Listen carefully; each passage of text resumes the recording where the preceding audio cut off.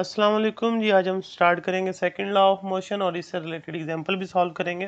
तो first law में आपने ये सीखा कि जब तक कोई फोर्स एक्ट नहीं करती बॉडी अपनी स्टेट खुद ब खुद चेंज नहीं कर सकती, चाहे वो स्टेट ऑफ रेस्ट हो या फिर uniform motion in a straight line हो।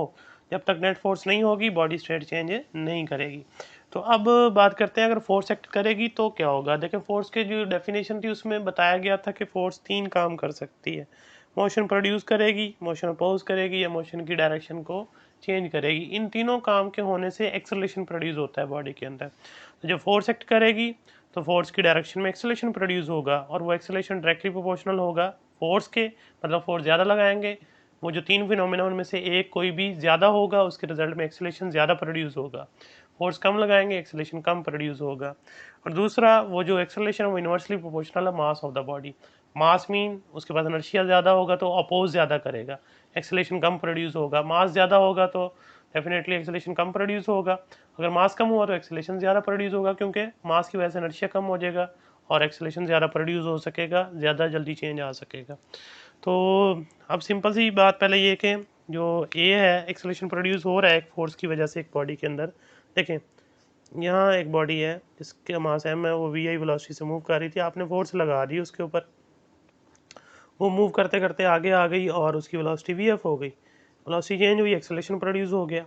अब जो एक्सेलरेशन प्रोड्यूस हुआ है वो डायरेक्टली प्रोपोर्शनल है एफ के, मतलब अगर फोर्स बढ़ाएंगे एक्सेलरेशन बढ़ जाएगा। फर्ज करें ये गाड़ी है, धक्का लगा रहे हैं, दो आदमी धक्का लगाने लग जाएंगे तो डेफिनेटली गाड़ी पहले से ज़्यादा मूव करेगी और उसके रिजल्ट में एक्सेलरेशन भी ज़्यादा प्रोड्यूस होगा। तो दूसरी बात ये है कि जो एक्सेलरेशन है वो इन्वर्सली प्रोपोर्शनल है मास ऑफ बॉडी। इन्वर्सली होगा तो रेशियो से नीचे लिखेंगे। तो अगर आप मास बढ़ा देते हैं, फोर्स उतनी रहने देंगे, तो डेफिनेटली क्या होगा, एक्सेलरेशन कम प्रोड्यूस होगा। यानी वही जो धक्का लगा रहे थे गाड़ी को, उसमें अगर 2 की बजाय 4 बंदे बैठ जाएं, धक्का वही जो एक आदमी लगा रहा था वही लगाए, तो फिर अब गाड़ी मूव तो करेगी लेकिन बहुत कम, तो चेंज बहुत कम आएगा वेलोसिटी के अंदर। तो उसमें रिजल्ट जो है ना वो एक्सेलरेशन बहुत कम प्रोड्यूस होगा। इन दोनों बातों को कंबाइन करें तो एफ ओवर एम बन जाएगा। एम जो डिवाइड हो रहा है वो इधर आके मल्टीप्लाई हो जाएगा, तो F proportional to M A हो जाएगा। प्रोपोर्शनलिटी ख़त्म करें, कांस्टेंट लग जाएगा, तो कांस्टेंट यहाँ पर के आता है, तो के जो है वो प्रोपोर्शनलिटी कांस्टेंट है।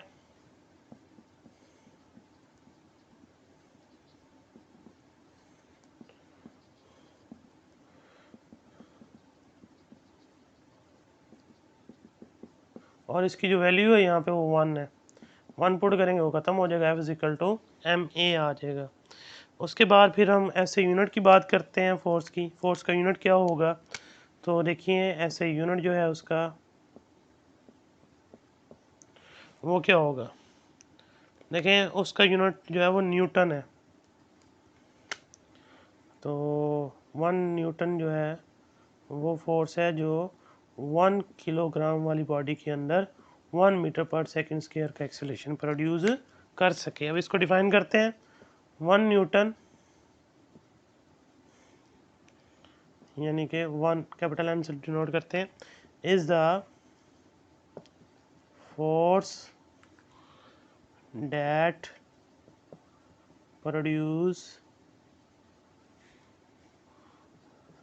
produces an acceleration of 1 meter per second square in a body of mass 1 kg।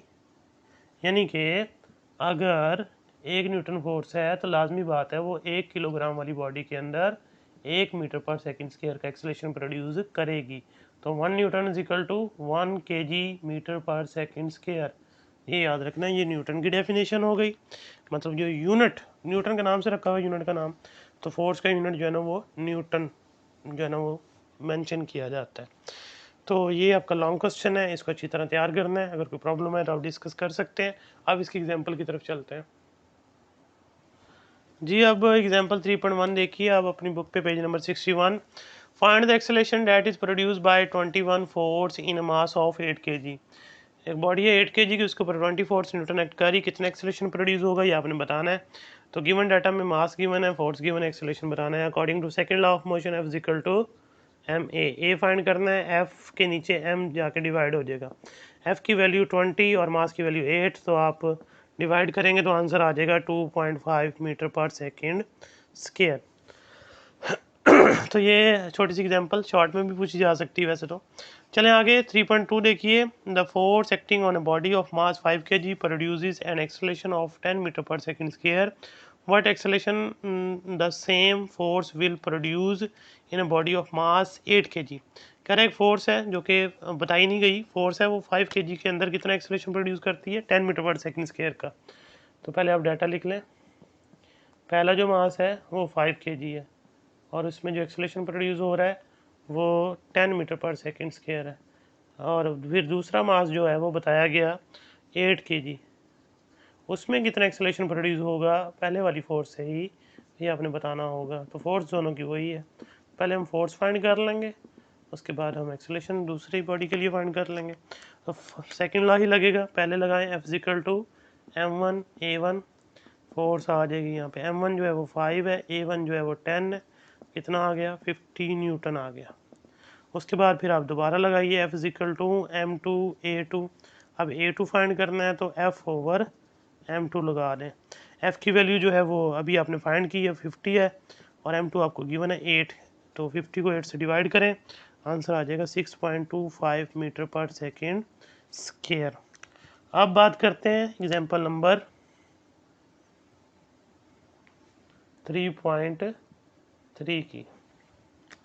तो देखिए नेक्स्ट एग्जांपल, क्योंकि आपकी जो 9th क्लास है ना इसमें न्यूमेरिकल्स की जगह ना समटाइम एग्जांपल्स बहुत आती हैं पेपर में एज अ लॉन्ग, तो इसलिए ये करना ज़रूरी है। तो अगली 3.3 देखें। A cyclist of mass 40 kg exert a force of 200 Newton to move his bicycle with acceleration of 3 meter per second square.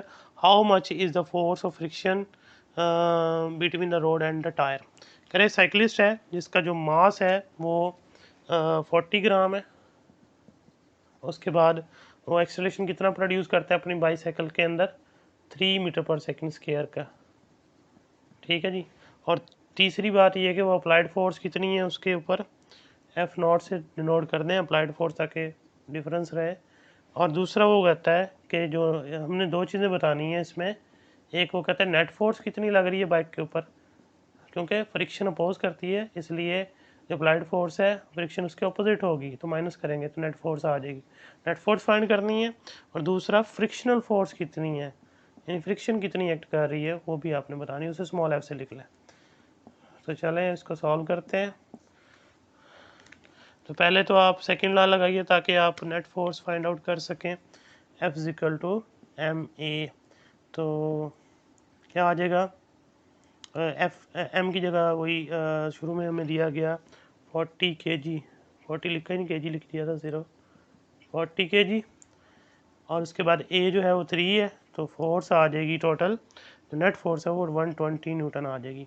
अब अगली बात हमने फाइंड करनी है फ्रिक्शनल फोर्स। तो जो नेट फोर्स एक्ट कर रही है वो किस तरह निकालते हैं, अप्लाइड फोर्स फिर माइनस फ्रिक्शन कर दें। ठीक है जी।